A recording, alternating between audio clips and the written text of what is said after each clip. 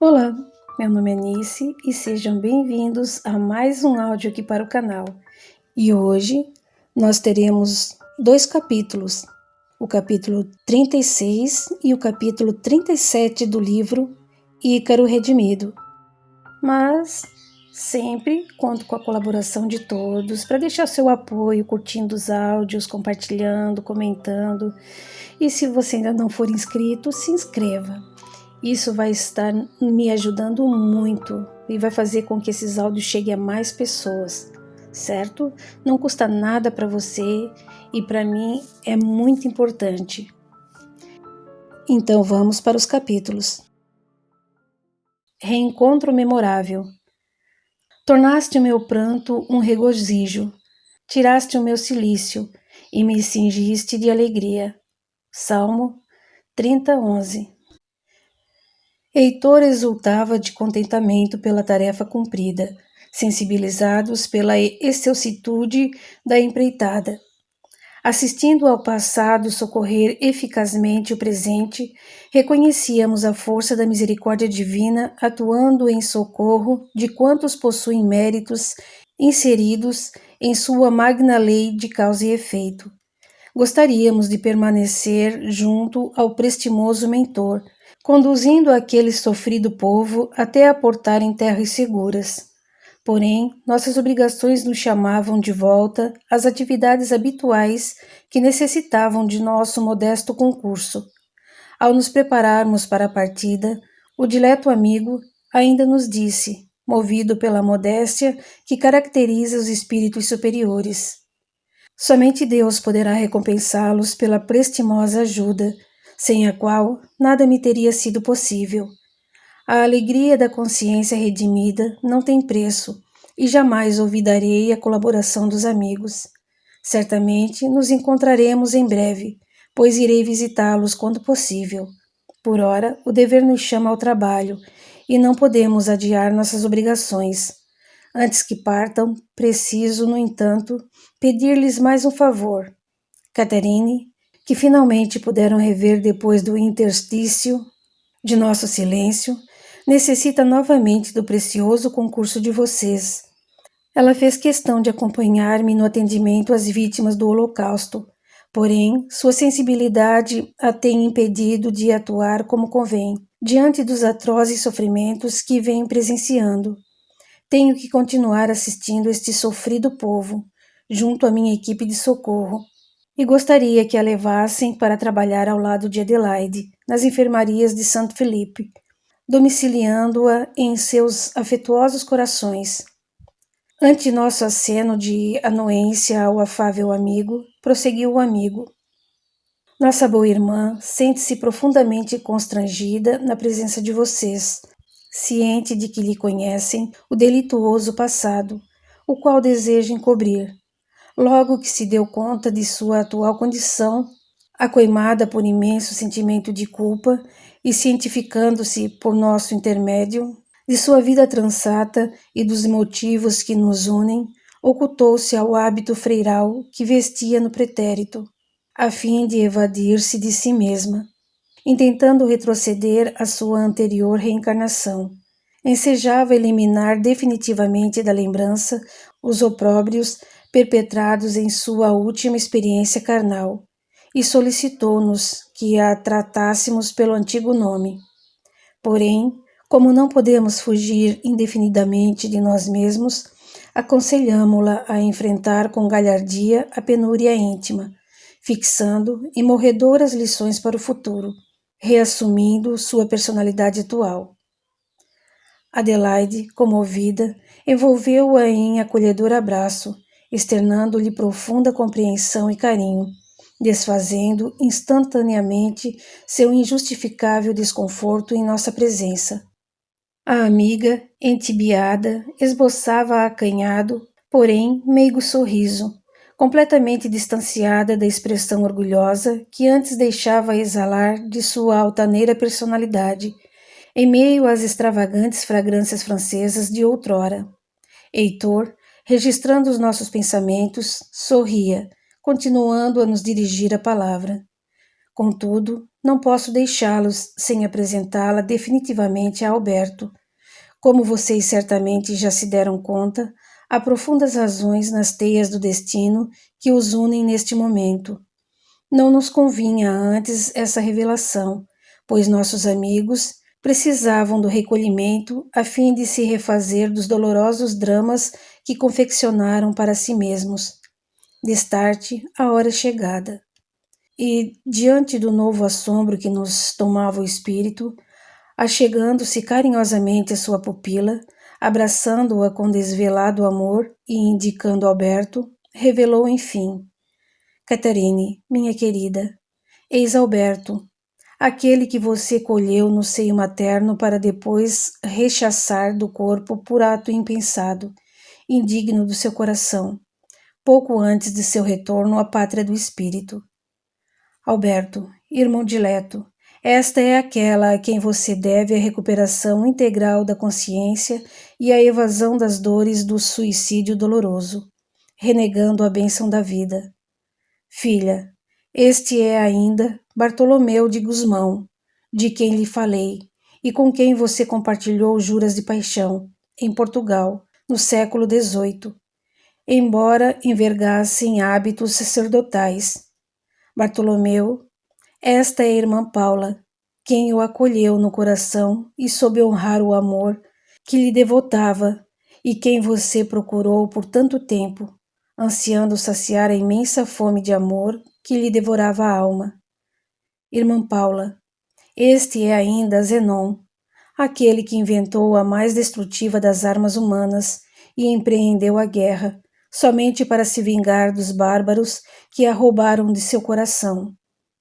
Zenon, esta é, enfim, Constança, quem lhe ensinou as primeiras lições de afeto, domando-lhe o espírito rude e guerreiro, e aquela ainda que o libertou do pesadelo de sombras que o retinha nos abismos do ódio.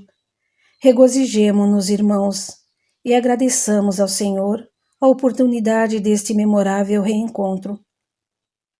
Os dois amados se reviam, afinal, após longas peripécias do destino, emudecidos e extasiados antes a inesperada revelação, justificando-se os sentimentos recíprocos que inexplicavelmente os atraíam naqueles poucos dias de agradável convivência.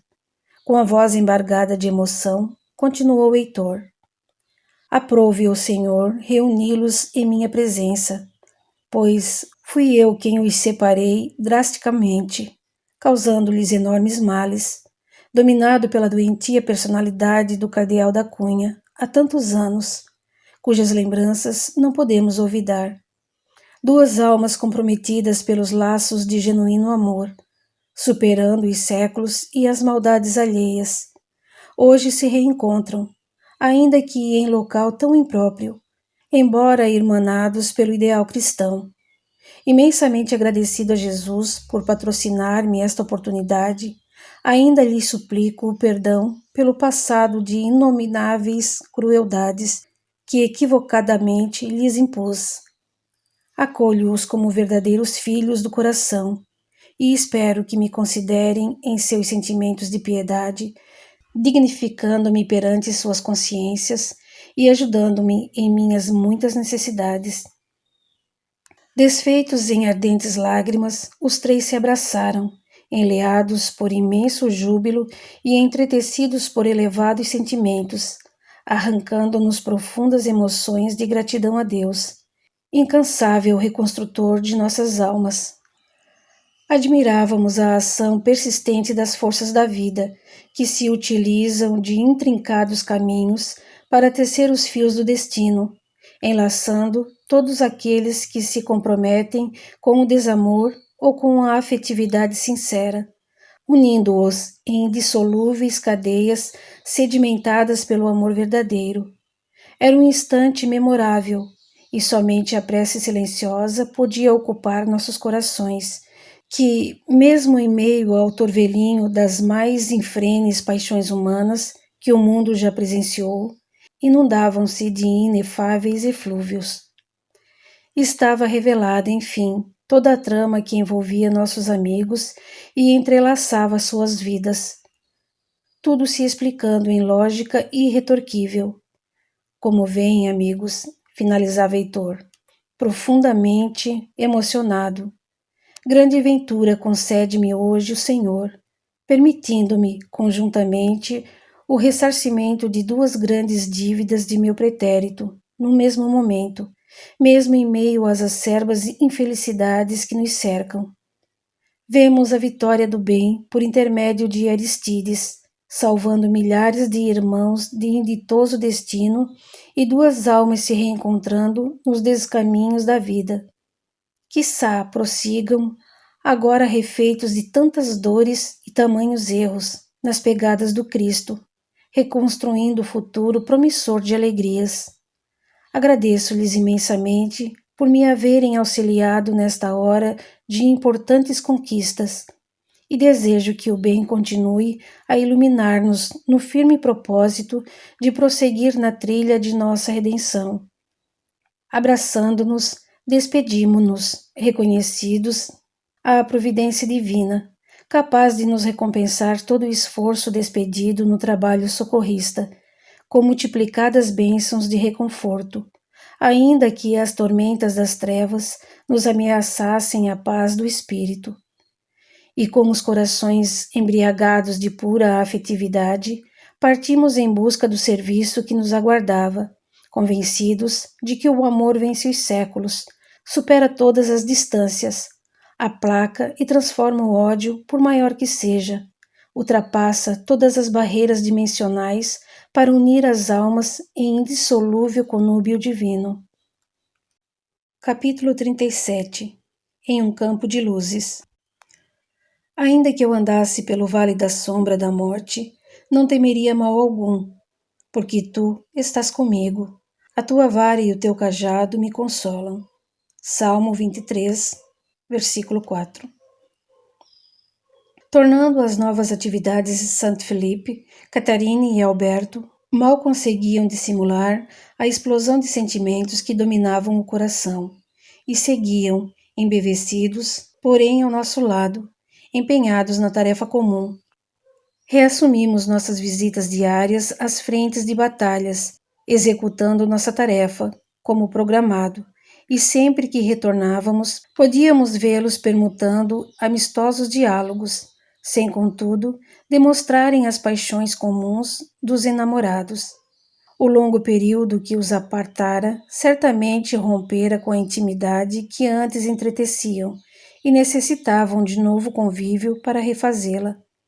Além disso, certamente Catarine inibia-se diante da recordação de sua última experiência terrena, trazendo o coração conspurcado pelas leviandades afetivas a que se rendera e a consciência oprimida pelas culpas dos atos impensados, devendo esforçar-se por cicatrizar as feridas ainda abertas na alma. Em nossas confabulações, revelava à amiga que se achava imensamente reconfortada, sobretudo por estar diante daquele contra quem, sabidamente, havia praticado um irrefletido ato de maldade. Tinha plena consciência de que assassinara Alberto, cruelmente, no próprio seio, embora trouxesse a nítida impressão de que se tratava de alguém a quem muito queria, fazendo-me recordar da visão que vertera de sua memória profunda, no instante de seu desenlace.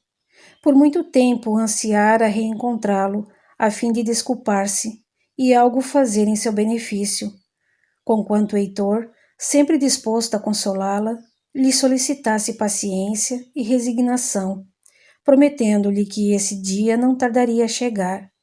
Em suas orações, pedia a Deus essa bendita oportunidade, embora a vergonha a suscitasse ao recolhimento, ocultando de todos o terrível passado.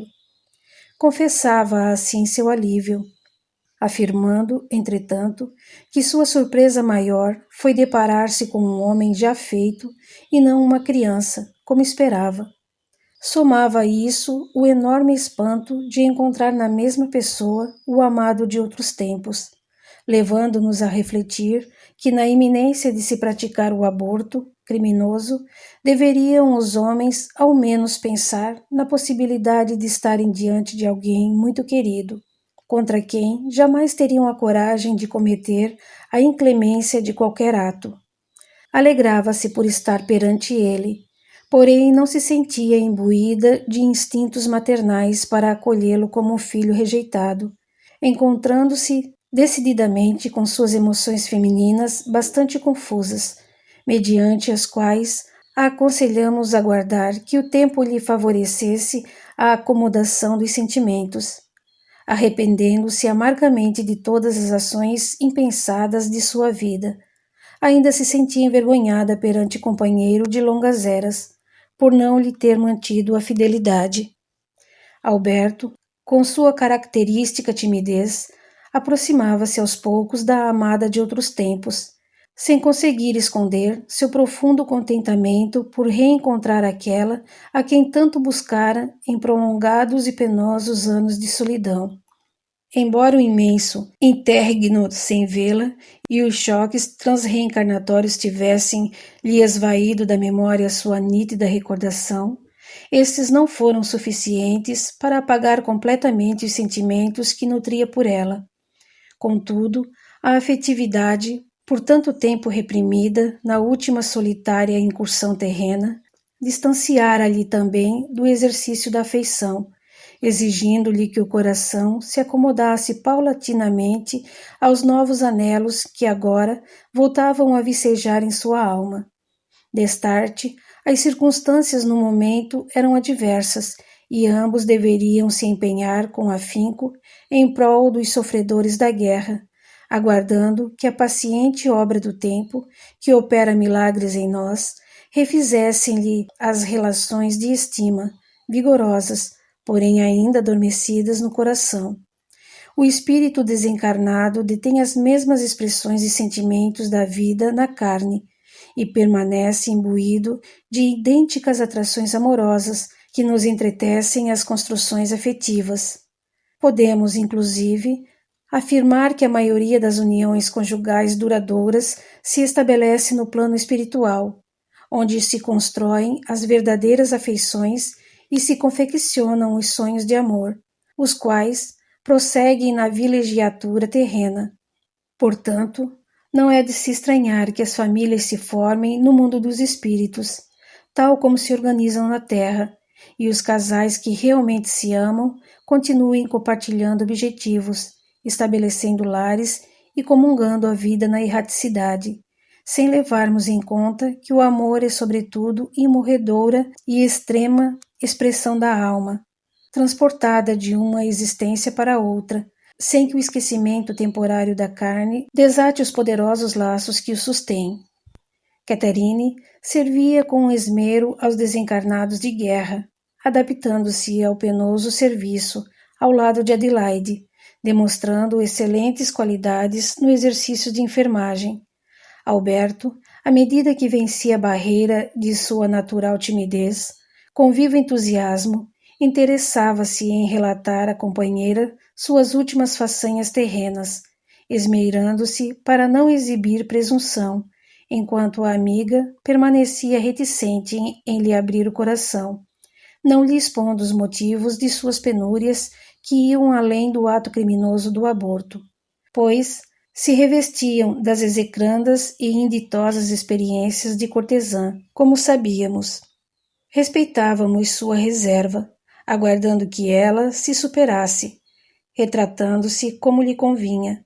Entretanto, ante os insistentes pedidos de Alberto, sobejamente interessado em saber quem fora seu pretenso pai e se a irmã havia constituído uma nova família, a amiga terminou por relatar-lhe suas malfadadas peripécias, imbuída de laudável humildade. Sem conseguir ocultar a decepção, Alberto, demonstrando ainda a subjugação ao condicionamento humano, andou novamente constrito e arredio, esforçando-se para dissimular o desgosto que lhe invadira a alma. Porém, seguia entretendo relações amistosas com aquela que paulatinamente voltava a lhe habitar o coração, e sabíamos que superaria o cioso transe, pois já albergava certo equilíbrio emocional e suficiente compreensão para isso. Envidando esforços para superar o homem velho, permanecia em sua companhia, porém sem desejar tornar ao assunto, demonstrando o quanto a notícia lhe admoestara a alma, conquanto Catherine prosseguisse correspondendo-lhe com significativa candura, ainda que mesclada de vergonha e pesar. Compungia-nos vê-la tristonha, pois sabemos que para o espírito desencarnado a revelação dos grandes erros praticados na romagem terrena é uma de suas maiores dores, sobrepujando qualquer outro sofrimento. O atendimento aos enfermos, destarte, valia-nos como preciosa terapia para os males albergados na consciência, e, aguardando a sábia ação do tempo, não nos animávamos a interferir na delicada questão pertinente aos seus corações. Heitor, porém, em sua primeira visita ao nosso acampamento, interessado em acompanhar os progressos de seus pupilos, denotou de imediato a distonia que se estabelecera entre ambos e convidou Alberto a refletir, com seriedade, na embaraçosa dissensão que parecia dominar sua capacidade de reação. Em nossa presença, asseverou-lhe como um verdadeiro pai: Filho, quando você irá abrigar-se definitivamente nas assertivas evangélicas? Ouço seu coração nublando-se de indignação, assumindo a postura do atirador de pedras, diante da sincera confissão de Catarine, que com humildade expôs-se à sua compreensão. Na vivência essencial que já desfrutamos e no patamar de conhecimentos que já adquirimos, não nos convém estacionar nos melindres humanos inferiores, vivenciando ciúmes injustificáveis. Não ouvide que sua parcela de responsabilidade nas transatas desventuras de nossa irmã é considerável, pois sua irrefletida infidelidade, ao envergar a promíscua figura do padre Bartolomeu, eivada de improbidades sexuais, maculou-lhe o digno coração de mágoas e forneceu o exemplo para desmandos de igual natureza. Como lhe exigir fidelidade em uma união que você mesmo se apressou a desrespeitar? Você foi o primeiro a se prostituir nas peias da libido infrene, e recorde ainda que foi você quem dela se distanciou por imposição da castidade compulsória, necessária ao seu reequilíbrio. Sob o duro guante da solidão e alinhando na memória intuitiva a lembrança da traição, a irmã se viu lidimada a arrostar as tortuosas veredas do heterismo. Sabemos que um mal nunca se responde com o outro, e um erro não corrige o que o motivou. Porém, como não lhe perdoar os deslizes, se você foi o primeiro a semear a devassidão em seu coração, estimulando-lhe a reação? Nossas vidas, filho, estão peremptoriamente entrelaçadas em conúbio mantido pelas nossas ações e intenções, de forma que nossas atitudes indevidas se voltam sempre contra nós mesmos, impregnando-nos das mesmas dores que imputamos ao outro. O fato ainda nos deixa entrever, mais uma vez, a sábia ação da providência divina, que pela lei do retorno o força a acolher agora mais uma lição, embora a adivinha de tão distante passado. Ante o constrangimento do companheiro, o estimado preletor, aconselhando-o a afetuoso olhar e abraçando-o, continuou com a autoridade que lhe competia, coagindo-o a realinhar os sentimentos de acordo com as recomendações evangélicas. Constrita-me sobremaneira vê-lo em atitude de reprovação e injusta cobrança de fidelidade. Desfaça a máscara de ignomínia que lhe veste a alma e acolha no coração aquela que lhe é verdadeira alma gêmea. Aprenda a amar sem caprichos, a fim de que seu amor não se converta em amargo fel, oprimindo a pessoa querida. Na escola evangélica que frequentamos, é impossível pretender a compreensão sem antes compreender, o respeito sem antes respeitar, o perdão sem antes perdoar. Como em prece, tão bem nos ensinou o Santo de Assis. Alberto corou-se encabrunhado e, dirigindo-me o olhar complacente, buscava o apoio de minhas palavras, que, no entanto, não lhe pude dispor. Calando-se diante da realidade, sem ter o que dizer em sua defesa e apercebendo-se perscrutado pelo pensamento do magno espírito, tratou apressadamente de modificar os sentimentos, e em breve víamo-lo remindo os danos do coração, retornando ao bom humor, irradiando alegria diante de sua amada, para alívio de todos nós, denotava que rapidamente superara o desabrido transe emocional. Nossa tarefa aumentava a cada dia, à medida que os conflitos se assomavam, atingindo o seu ápice. As forças aliadas invadiam o sul da Itália, iniciando a cruenta reconquista dos territórios ocupados pelo eixo, deixando-nos entrever que os embates se intensificariam assustadoramente por tempo prolongado. Os planos de uma grande invasão na costa noroeste da França se estabeleciam como inevitáveis e compreendíamos que somente um estupendo enfrentamento das forças em conflito poderiam colocar fim ao mesmo. Todas as possibilidades de um armistício, sugeridas pelo plano espiritual superior e que poderiam ser ouvidas por aqueles que detinham o bom senso, encontraram-se com o fracasso.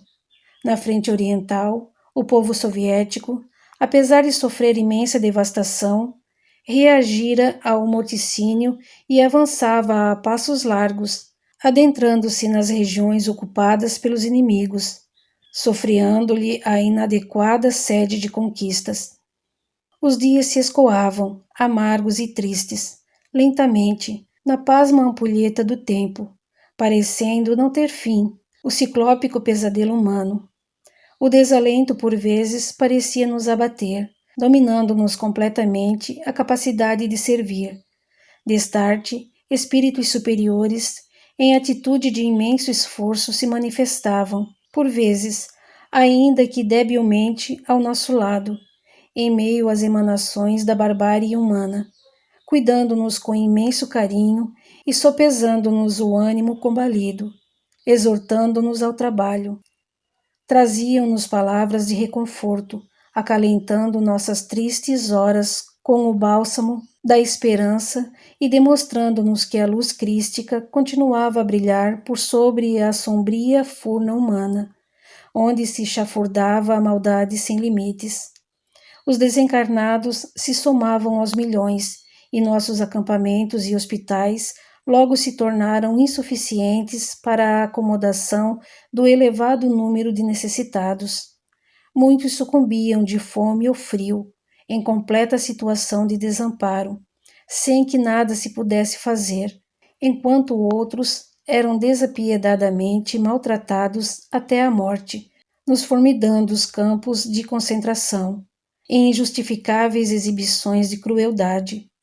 Lares de encarnados, desde que possuíssem um mínimo de equilíbrio espiritual, passaram a receber aqueles que não tinham onde ser acomodados. Os óbitos, em condições trágicas, em proporções jamais presenciadas, exorbitavam nossa capacidade de serviço e, infelizmente, muitos tardavam em encontrar o socorro, pois não alcançávamos atender a todos. Trabalhávamos incansavelmente, dia e noite, orando com extremado fervor para não fraquejar ante o assédio das poderosas forças do mal em ação no orbe. Certos de que por cima do céu tempestuoso resplendia ainda, sereno e imperturbável, o sol de todos os dias, cuidávamos de fazer o bem que nos competia, sem esmorecer, apesar da exaustão. E sob o caos da destruição, a sabedoria da lei prosseguia confeccionando destinos em conformidade com as semeaduras de cada um, onde quer que se encontrasse. As forças mantenedoras da integridade, da vida, continuavam a suster o planeta, e o plano espiritual, atento aos movimentos inadequados das massas enfurecidas, tomava providências para que os danos se limitassem ao menor possível e a paz tornasse a resplandecer em seus benfazejos rincões. As turbas humanas, desvairadas, comandadas pela loucura e norteadas pelo ódio, seriam frenadas por suas próprias inépcias e insopitáveis ânsias de conquistas. Heitor, que de contínuo nos visitava, sempre nos trazia notícias de seus assistidos, relatando-nos os ingentes sofrimentos a que se submetiam os famígeros semitas. Vítimas de inenarráveis maus tratos, eram mortos aos milhares em câmaras de gás, ou simplesmente fuzilados aos montões. Aqueles que denotassem saúde para trabalhar eram escravizados e submetidos a árduas tarefas, e poucos sobreviviam por tempo considerável, enquanto outros ainda eram usados em exóticas e terríveis experiências médicas, como se fossem meros animais de laboratório. Diante do imenso pesar que nos invadia, ao imaginar que havia naquela guerra cruel infortúnios e dores ainda maiores do que aqueles que presenciávamos, o estimado tutor, certa feita, convidou-nos a conhecer de perto o seu posto assistencial, visitando um campo de refazimento dos imolados no Holocausto. Foi assim que demandamos a seara de trabalhos cristãos de nosso querido preletor. Atingimos uma região situada em um vale cercado por montes alpinos, encimados por delicados capuzes de neve, onde se divisava um imenso pórtico, escalado por trepadeiras floridas, porém sem que nada mais se denotasse ao redor. Contudo, ao entrarmos por ele, um imenso ádito se entreabria aos nossos atônitos olhos. Uma bucólica paisagem se derramava a perder de vista, qual diferenciado mundo dimensional além do espaço que ocupávamos. Imediatamente fomos tomados por acolhedora temperatura e envolvidos por inebriantes essências florais. Uma mirífica planície se debruçava em um horizonte longínquo, onde um rio serpenteava por entre campos verdejantes. À medida que nos aproximávamos, o cenário divino se enriquecia de belos detalhes. Rebanhos de ovelhas pastavam em nostálgico campo pastoril, sob cálido sol, em meio a reconfortantes sombras. Um lago cristalino, espelhando o infinito azul, beijava docemente uma enseada, onde barcos pesqueiros descansavam mansamente. Oliveiras enfileiradas enfeitavam os montes próximos e singelas casas bordejavam por entre jardins esplêndidos, matizados de tons multifários e lusídios. Transeuntes serenos percorriam as alamedas amplas, acolchoadas de relvas macias, e crianças corriam alegres e despreocupadas, sob o olhar cândido de mulheres afáveis. O clima transpirava imensa calma, adornado por melodias de pássaros, sobrepondo-se a fundo musical de cascatas, preenchendo o silêncio da paz que de imediato nos invadia. Heitor nos recomendou fixar o pensamento nas sugestivas imagens que divisávamos, afastando firmemente qualquer ideia desalinhada que nos assaltasse, a fim de não perturbar a sustentação do ambiente. Ante nossa perplexidade, informou-nos. Encontramo-nos, amigos, em um verdadeiro campo de concentração de forças do bem, confeccionado em uma fenda dimensional. Este espaço, inspirado nos dias pródigos do Mar da Galileia, é na realidade uma construção ideoplástica edificada e sustentada por poderosas entidades superiores, condoída dos acerbos sofrimentos impostos aos irmãos semitas. Como um autêntico limbo da teologia cristã, este ambiente os acolhe, nutrindo-os com poderosos recursos de refazimento, preparando-os convenientemente para a vida no além. Pasmos, diante do inusitado campo de forças mentais, não tínhamos palavras para expressar nosso assombro e continuamos a ouvi-lo. Famílias são aqui reunidas e recebem a palavra consoladora de preletores que lhe apresentam como antigos profetas bíblicos, despertando-lhes recônditas emoções, em base à fé que professam. Vivem aqui um verdadeiro interregno entre a vida física e a espiritual, percebido como um sonho real, afigurando-se-lhes a verdadeira terra prometida, que por tanto tempo lhes acalentou os anseios. Realmente estávamos em um genuíno oásis em meio ao inferno em que todos vivíamos.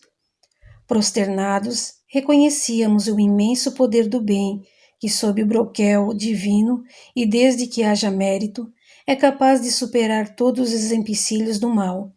Antes, porém, que perguntássemos, Heitor nos esclareceu. Não se iludam. Não estamos o tempo todo em trabalho neste páramo de inefável quietude, enquanto os amigos servem em meio aos ádidos infernais, sob o fogo acirrado da ira. Nosso atendimento tem se feito principalmente junto ao sofredor ainda na carne, ou prestes a desvencilhar-se dela, como certamente os irmãos haverão de se recordar.